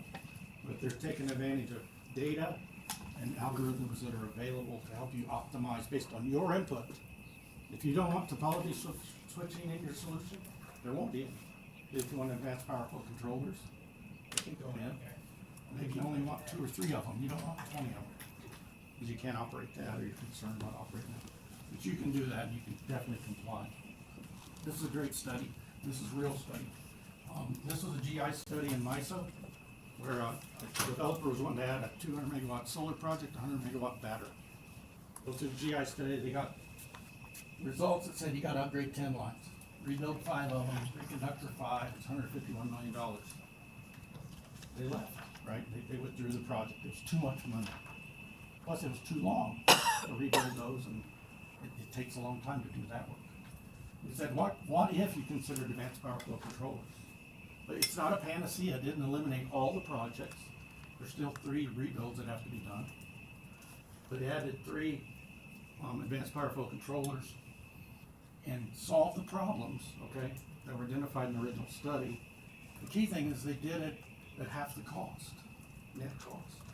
And the other thing that's really, really important, they provided a solution that could be done in a matter of months, not years. So this kind of stuff's going around, okay? I appreciate your attention. Look forward to any questions you might have. Any questions? Thank you. Casey, you ready to Casey, take us you're up. home? Sorry, I went over. I only have 70 slides, so. Thank you all for inviting us here to speak to you today. My name is Casey Baker. I'm with Grid Lab. We're a nonprofit technical support organization. I actually hail out of Reno, Nevada, so happy to be here in the high desert. Formerly with NV Energy, so I'm a recovering transmission planner. I also admire y'all's interest in talking about these highly technical and wonky topics, because I know I love them, but my wife will tell you she's sick of hearing about advanced conductors. So, Grid Lab is a nonprofit technical support organization. We did put out a study last year about the opportunities for advanced conductors to really unlock a lot of latent transmission capacity in the system. And happy to go into some of that. But where we've really been focused our research right now is looking at those bottlenecks of advanced conductors and advanced transmission technologies to figure out what are those bottlenecks, where are the opportunities to remove those bottlenecks. So I'm going to talk to you a little bit about that today. Operation Gigawatt, I again need to offer you, the state of Utah, my heartfelt gratitude for taking this on. This is my love language here, using phrases like gigawatts and megawatts. I promise not to speak too much transmission planner language, but this got me really excited because for the first time I started to see normal people talking about the fact that I had known for the last several decades, which is that transmission capacity is where it's at, and that we need to be thinking about the grid from a grid-first perspective. We're going through a transition. We're seeing load growth faster than, certainly in the last 20, 30 years. A little less so in the West, we've had load growth, but certainly we're seeing huge load growth. And this is changing how we have to think about it. Again, I came from transmission planning where it used to be the small little office without a window, locked away, and once a year they'd come knock on the door and say, hey, where's the one line you need to propose? And now it's all of a sudden, no, you have to be doing interconnection studies, and you have to be doing regional planning studies and looking at reliability and figure out how to serve twice as much load as we're serving now in the next 10 years. And suddenly this discussion is coming to the forefront, which I think is driving this need to really think about all the tools we have available to meet this challenge. We already talked about the legislation. Again, I'll focus a little bit more on advanced conductors. But I think what many of the speakers have gotten at today, and I wholeheartedly agree with this, is use the right tool for the job. There are cases where ACSR, the standard conductor, is just going to be the right solution for the job. But what we're seeing is that there is an explosion of new technologies, both from material science perspective, that's advanced conductors, as well as software technologies and implementation of sensors like in DLR, that we need to start using more broadly to meet that challenge of bringing a significant amount of new customers online. I won't speak through too much of this. This is in the slides, so you can take a closer look. So why isn't it happening? And why isn't it happening quicker? That was where we focused a lot of our research, and some of these barriers we already talked about today, but I want to show you some real-world examples of where these bottlenecks are getting removed, so that as planners and regulators, you can think about where are those bottlenecks, what do we need to do to eliminate those bottlenecks so that these technologies can start to get built more broadly. Again, came from Reno, so kick it off the bat with NV Energy. Back in 2009, there was a line that was needed to increase capacity, but it was going right between Reno and Carson City. There was absolutely no way to expand right of way. So planners looked at a variety of technologies, settled on the composite core conductor, and it was like trying to get trying to tell the linemen that we were about to launch rockets into space. It was like, how are we ever going to learn how to use this? You have to splice it properly. The clamps are different. We're never going to be able to do this. But because out of necessity, again, there was no other alternative, they ended up moving forward with it. And once the linemen got familiar with the technology, they actually prefer it to a bundled conductor for ease of use. And so what we're finding is that one of the bottlenecks is just that training bottleneck. Once you get that first deployment out there, a lot of times the crews and linemen and planners get more comfortable with it. Jay talked about this example. So one of the big things that we get is, well, that's a highly congested line. We can't take it out for 6 months to reconductor it. And so you're sort of in this position where you have a grid need, but you can't take it out. And what we're starting to see, and this used to be a dirty word in the planning world, but we're starting to see is growing implementations of energized reconductoring, which is actually moving the line temporarily to the side while you lay the new conductor and then moving it back. It is more expensive, as you can imagine, because you have to implement more safety standards, that kind of thing, but it's increasingly being done because we're so behind the ball of where we need to be for grid congestion. So this example is from 2003. I put it up there just to show you that this is a technique that actually has been around for a while, but we're seeing it more and more now today. And this is another example in South Texas, same thing. They needed new capacity within the next year, and so there was no other solution that could do it. So they hired a company to reconduct their 2 345 kV lines while energized so that they could get the capacity that they needed to serve new large loads into the South Texas area. In addition, these were long lines that with the right planning were able to capture the capacity of that advanced conductor using compensation, which sometimes long lines says, oh, we can't really use advanced conductors on long lines. And there is definitely considerations that can limit their use, but we are seeing long lines being reconducted with advanced conductors. Interesting thing here, so they used advanced conductors and to lower the tower heights. So this is from a permitting perspective. Sometimes the permitting limitation is the bottleneck. And where advanced conductors can come in is reduce that bottleneck by lowering the structures. And even if you have to go in and replace them, you have smaller foundations, smaller structures, so you can say, hey, you know, we're going to cut this, we're going to replace this 100-foot tower, but we're replacing it with an 80-foot tower, and usually neighbors are pretty happy about that. And at the same time, fix that structure health, which sort of addresses some of the wildfire concerns out here in the west. A good example of that, Southern California Edison was looking at options to raise these towers, because again, that sag is the primary concern for wildfire, so their modeler said, hey, these towers, we're going to have to replace them and raise them up so that we can sag and not violate clearance. And what they found was instead, if they replaced them with an advanced conductor that doesn't sag, they don't have to replace the towers and could only fix some of the towers that needed mitigation. And on top of that, as a bonus, we get to add that capacity to the system. So this was pursued from a wildfire protection, but was able to squeeze additional capacity out of it. So. Northwestern Energy, neighbors to the north. This legislation was actually championed by one of their Public Utility Commission members who just said, well, shoot, advanced conductors to me just sound like, LED light bulbs. Like it just seems like it just sort of makes sense.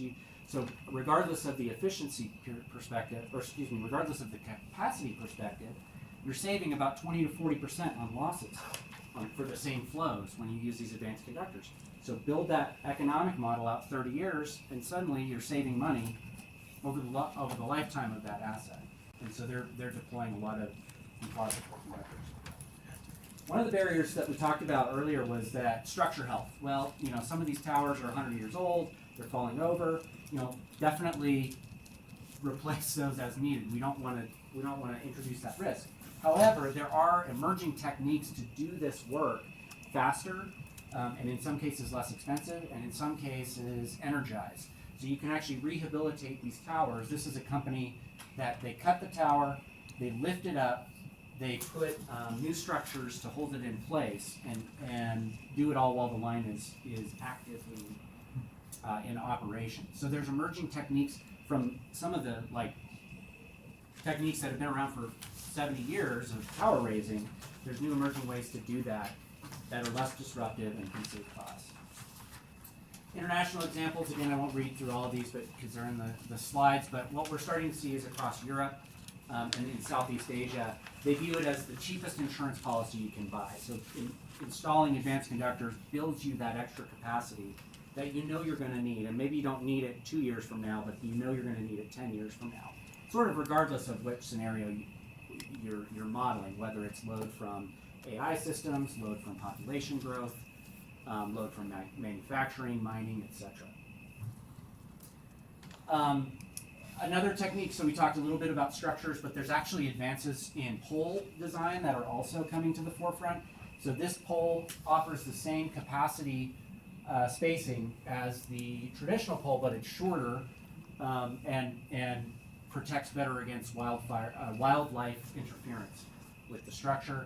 And then there's new poles being built out of composites as well, which don't ignite under wildfire temperatures and hold up better against winter freezing temperatures.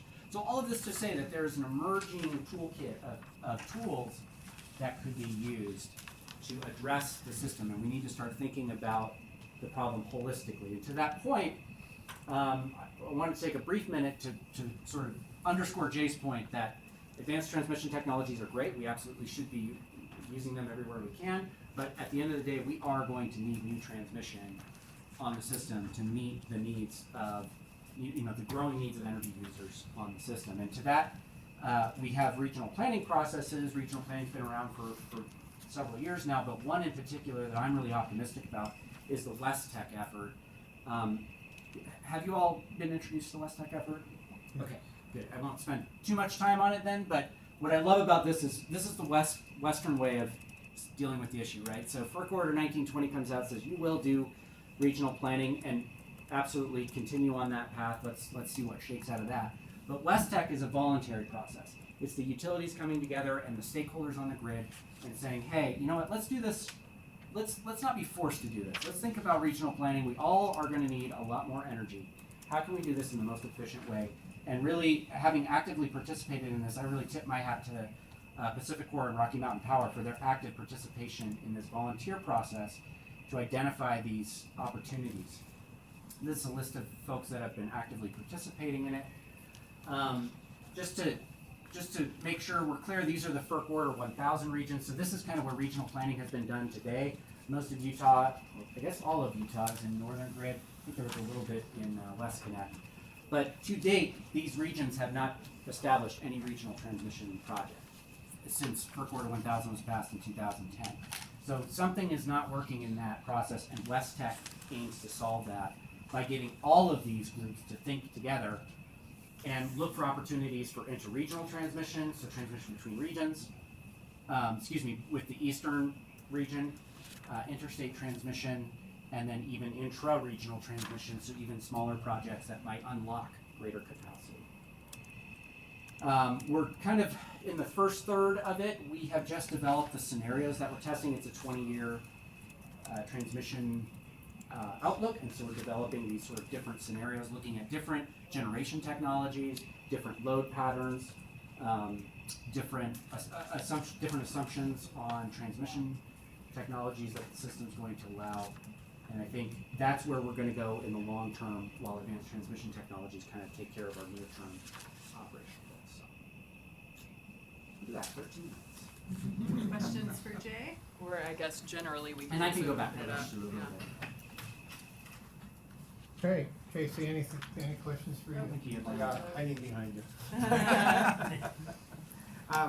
Just the one point that's sticking in my mind from Pacific Core's presentation on their page 5, their second last bullet, they talk about that high temperatures can degrade and cause a loss of life to these advanced conductors, but nobody else seems to think of that, at least in this presentation, as being a big issue. So I'm curious about how robust are these? Are we looking at the same 80, 100-year lives, or are there issues with using them in hot environments? Can I maybe try, and then I would really invite Rocky Mountain to kind of walk through this. So there's two issues at play. The first is whether or not the composite core conductor can operate at 200 C, which is about double what the limit is today. And my discussions with OEMs is that they can do that. I'd be interested though to learn more. I'm not an OEM of these advanced conductors, but my understanding is that from an operation, from a testing perspective, they can operate at much higher temperatures for a long time. The issue you run into is losses, where if you operate at that much higher temperature, you're increasing the losses of that line because you're operating at twice the temperatures and squeezing it through more or less the same surface area of the same line. And the metaphor that I like to use, so I have a Kia minivan. It's got it gets about 20 miles per gallon. It's got a towing rating of like 1,000 pounds or nothing, basically. Now we could upgrade to a hybrid Toyota minivan. This is what I'm trying to convince my wife to do, right? Gets double the mileage, 40 miles per gallon, and has a towing capacity of 4,000 pounds. But if I try to take that Toyota Sienna and I load it up with 4,000 pounds, what kind of mileage am I going to get? About 20 miles per gallon. So when you do, the important thing is, if you operate that high performance conductor at its highest temperature rating continuously, you're going to see huge losses, much more so than you would if you had both those lines. And so I'm hopeful that metaphor kind of clarifies what's going on, but I invite you to kind of start. Yeah, no, I think I agree. In the sense, from the economic perspective, if you're trying to use the high temperature conductor for a long-term use or continuous use, it wouldn't become economical just because of the losses in itself, because you are producing 100 megawatts and transmitting only 50 at the other end to serve the load. So you are paying for the 100 megawatt production plus only receiving 50. So even though you need 100. So that's from economical. So there is a research paper in the Grid Lab on the Grid Lab's website about BPA conducting that research, and so the losses for a ACCC conductor between 25 degrees operated at 25 degrees C to 200 degrees C goes from the ratio is 1.7, 1.69. So the amount of losses that is there, so that is significantly higher. Well, right, but the bullet says loss of life and degradation of the core strands. So it's Right, actually talking about the conductor wearing out. The conductor. So if you're operating that at a continuous operation, then you are gonna see some loss just because of the losses and the outer strands and all that is gonna have some form of degradation, I believe. And so I can so that is the main intent. That is the main issue with it is that if the OEMs are ready to say that this can be operated at a higher temperature without the loss of life, then that implementation can become more frequent. I haven't brought there is a book by CTC themselves.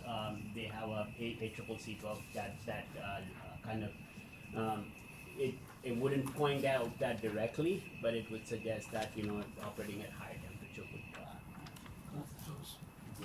So for those really high temperatures you're talking about, I mean, is that beyond what you know?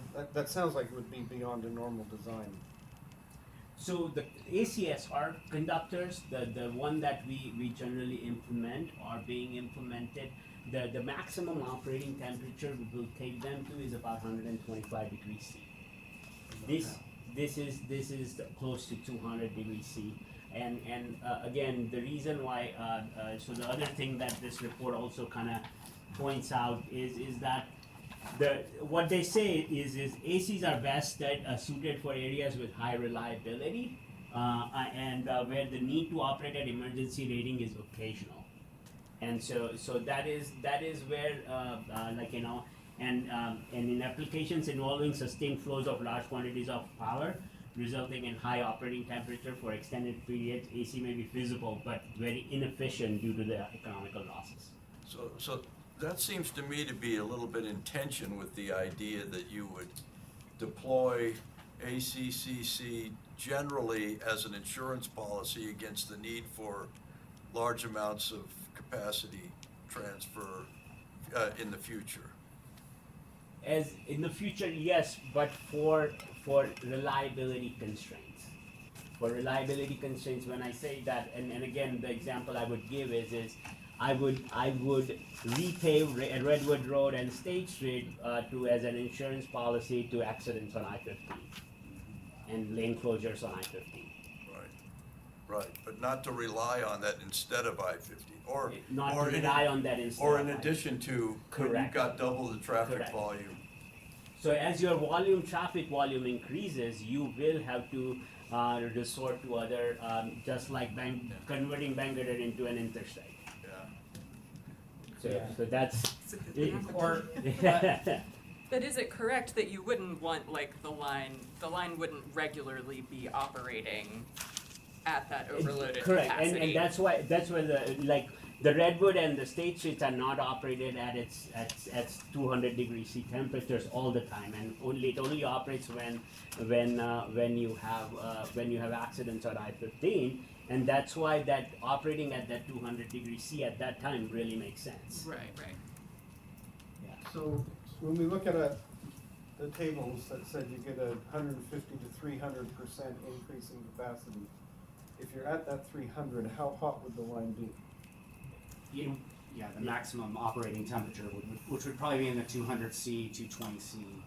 So when you're doing planning for it, then you can't really plan for that. I mean, as a capacity, you gotta plan for a much lower capacity on that new line. We can plan for that, Commissioner Harvey, in the sense of we use emergency ratings as well in ACSR as well. That this conductor, ACSR conductor, can continuously carry 100 megawatts. For 4 hours, it can carry 115 megawatts, and for 30 minutes, it can carry 150 megawatts. So in that emergency rating perspective is when we can plan for that. I'm seeing a reliability constraint. If I have a 1 lane closure on I-15 or an accident, then I can use the 4 hour. Within 4 hours, I'll be able to fix that issue or clear that accident and use that Redwood Road for that extra capacity. Thanks. Yeah. One way I think about it too is, so the planning domain plans for a system that can withstand the loss of at least a single element. So you always have to have, Sure. 2 paths. And so if you upgrade one path, you basically have to upgrade both paths at the same time, because otherwise you're not going to be able to capture that additional capacity.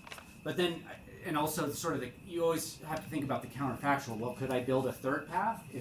If I could access right away, I'd probably prefer to build a third path, because now I could lose 2 elements and possibly take it. But in what we know from transmission, when I started, it was like, hey, this is a 2-project career. You're going to do 2 projects in your career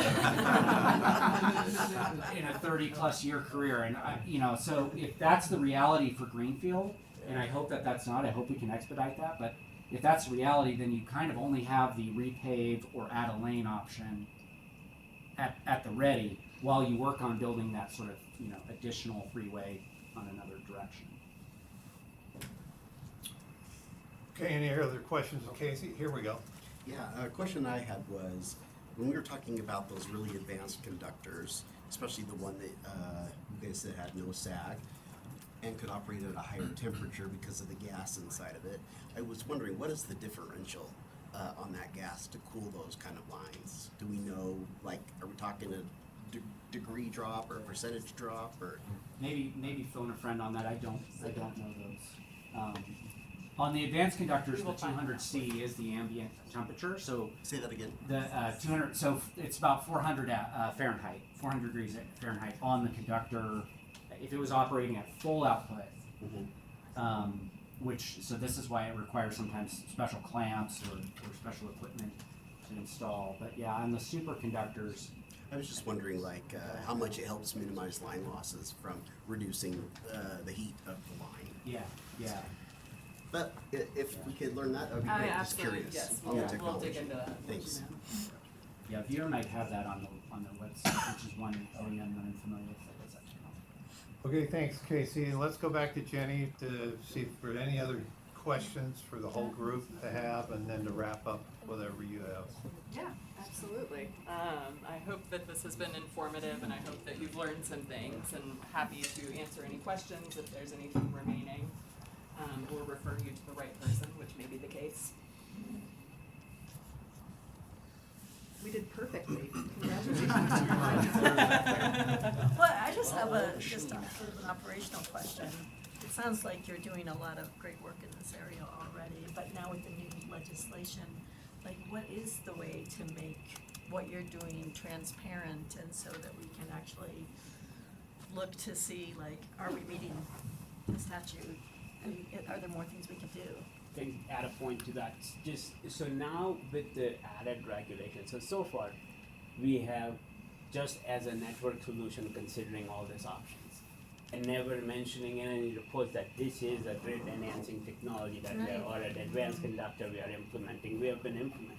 But now the change that would happen is now you would get to see in many interconnection studies, study reports because of the fourth quarter 2023 that have we evaluated any of these technologies and what was the result for it? Just to go back to the same point about the thing is it's kind of a, we have to identify the most cost-effective solution now, but to the point earlier about long-term benefits versus the cost-effective is going to be a challenge as well. So, but in the reports, you should start seeing that have we evaluated any kind of analysis when we make our capital plan. Hopefully, we will see that have we evaluated any grid enhancing technologies and what was the outcome for that, or why it wasn't chosen, or and things like that. So, Yeah, and it would be interesting to see if we could look at those long-term savings.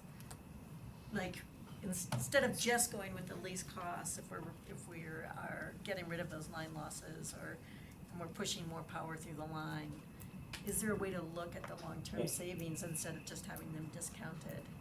And then what I see as a problem is an interconnection customer and telling me you're not giving me the most cost-effective solution, the least cost solution, because you're looking at it. So that has always been it's a, I would say it's I wouldn't say it's a challenge, but still that questions generally comes up.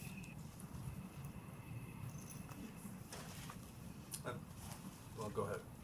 Is it possible, how often are you, like, it seems like it would be really useful to have two scenarios, like here's a scenario we looked at with a traditional conductor, and here's a scenario we looked at with grid enhanced technologies or advanced conductors, and presenting both of those at the same time. I think that would be really useful, because often I think what I see, looking at the studies, it's like, okay, here's the solution that we've come up with, and you may have already done all that work of like evaluating the different options, but that's not transparent to see like what other options were evaluated, or how what was the cost differential on those. Like, so it's the only thing one of the things that I would bring up is the FERC timelines. The fourth quarter 2023 are very strict on completing your interconnection study work within a very specific time frame, and the amount of queue requests that you see does put a stress on how quickly and how efficiently you can do that. Now, the same thing can happen when we are trying to identify, we are trying to implement that solution and getting into much more details that this is how this project should go forward, or are there any other additional things, then that helps during that evaluation time frame. That can happen, and that can be brought forward, that these are the benefits, and generally that does happen in the form of most of the times alternative solutions and things like that, but yeah. Right, so there is a little bit of constraint about the timelines and identifying all that in those reports itself. Yeah, this last legislative session, there was also a House Bill 307 that was wildfire management. It goes back to some changes with the Wildfire Mitigation Fund that was created a couple of years ago. I'm just curious, as we talk about some of the benefits on maybe some of those 80-year-old towers and 80-year-old lines in remote areas where you've got high risk potential, if there's any discussion about utilizing that wildfire management funds for helping with costs with replacing some of those lines. That may not be the highest use or the priority use to go use general ratepayer funds, but it might make some sense to be utilizing these just from the fire suppression perspective. I'm not sure if I'm the right person to answer that question. I'm just trying to think through how do we reduce down the overall impact to ratepayers, and if it really does have a fire suppression side, at least thinking about that as a possibility. You can definitely pass that up. I realize we're almost at time, but I realized there was one other thing I was hoping you all would talk about, but there were some federal funds, grid improvement funds that Pacific Corps was awarded. I was curious what the status of those projects were. So Rohit was supposed to be here, but he couldn't make it just because of. But the status I know is the funds have been announced so far, and currently the negotiations are ongoing with the DOE so for those grants. So that's the status I'm aware of. I don't know if I can speak anything more than that to that topic. Do you know like if they go through, what would be the main focus of those? There were two projects, my understanding, right? What would be the main focus of those two federal programs? We can take it back and We'll get an answer. We'll be happy to have a follow-up meeting. Okay. Yeah, so yeah, we can try to get that answer out to you. It'd be great to just utilize any federal dollars we can. Okay, well, thank you, everybody. Jenny, thank you for your organization, kind of coordinating this, and thank you for everybody who's participated as presenters. Appreciate it very much. From our standpoint, I think this has been very helpful. Hopefully you found this to be useful as well. Everybody's been in attendance, and thank you for those who traveled and arranged their schedule to be here. It was very much appreciated. We'll conclude. Thanks. Thank you so much for having us. Perfect.